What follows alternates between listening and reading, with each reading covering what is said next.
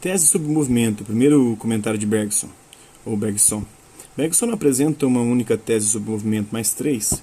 A primeira é a mais célebre e corre o risco de nos esconder as outras duas. Ela não passa, no entanto, de uma introdução às outras. De acordo com esta primeira tese, o movimento não se confunde com o espaço percorrido. O espaço percorrido é passado, o movimento é presente e o ato de percorrer é o ato de percorrer. O espaço percorrido é divisível, é até infinitamente divisível, enquanto o movimento é indivisível, ou não se divide sem mudar de natureza a cada divisão. O que já supõe é uma ideia mais complexa.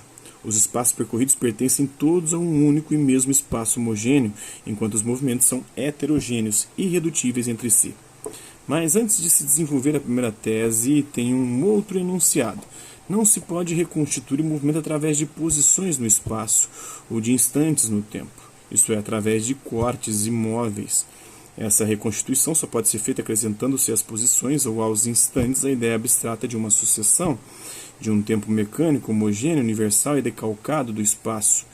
O mesmo para todos os movimentos. Então, de ambas as maneiras, perde-se o movimento. De um lado, por mais infinitamente que se tente aproximar dois instantes ou duas posições, o movimento se fará sempre no intervalo entre os dois, logo às nossas costas. De outro, por mais que se tente dividir e subdividir o tempo, o movimento se fará sempre numa duração concreta. Cada movimento terá, portanto, sua própria duração qualitativa. Opomos, por conseguinte, duas fórmulas irredutíveis: movimento real, duração e duração concreta. O movimento real, duração concreta, e cortes imóveis mais tempo abstrato. Em 1907, em A Evolução Criadora, o Bergson batiza a fórmula injusta, a ilusão cinematográfica. Com efeito, o cinema opera com dois dados complementares: cortes instantâneos, que chamamos de imagens, e hoje chamamos isso de frames, um movimento, um tempo impessoal, uniforme, abstrato, invisível, imperceptível, que existe no aparelho e com o qual fazemos desfilarem as imagens. Está na Evolução Criadora. Citamos os textos de Bergson, segundo a edição do centenário, e entre parênteses indicamos a paginação da edição corrente de cada livro. Nota do tradutor: quando se tratar de A Evolução Criadora, indicaremos ao final da nota do autor a página correspondente da edição brasileira. A Evolução Criadora, tradução de Adolfo Casais Monteiro, estudo introdutório de Jean Guiton, Rio de Janeiro, editora Ópera Mundi, de 1971.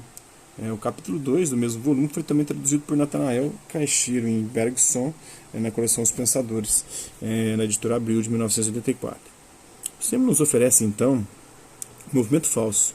Ele é o exemplo tipo do movimento falso. Mas é curioso que Bergson dê um título tão moderno e tão recente, cinematográfico, à mais antiga ilusão. Com efeito, diz Bergson, quando o cinema reconstitui o movimento por meio de cortes imóveis, ele não faz nada além do que já fazia o mais antigo pensamento, os paradoxos de Zenão, ou do que faz a percepção natural. A esse respeito, Bergson se distingue da fenomenologia, para a qual o cinema antes romperia com as condições da percepção natural. Temos visões quase instantâneas da realidade que passa, e com elas são características dessa realidade. E como elas são características dessa realidade, basta-nos alinhá-las ao longo de um devir abstrato, uniforme, invisível, situado no fundo do aparelho do conhecimento. Percepção, intelecção, imagem, linguagem, procedem em geral assim. Quer se trata de pensar o devir, ou de o exprimir, ou até de o percepcionar. O que fazemos é apenas acionar uma espécie de cinematógrafo interior. Deve-se depreender daí que, segundo Bergson, o cinema seria somente a projeção, a reprodução de uma ilusão constante, universal? Como se tivéssemos sempre feito cinema sem saber? Mas então muitos problemas se colocam. Então esse é um trecho da obra do Bergson, Cinema, a Imagem e Movimento, do Gilles Deleuze, na verdade. Hasta la vista, e até a próxima.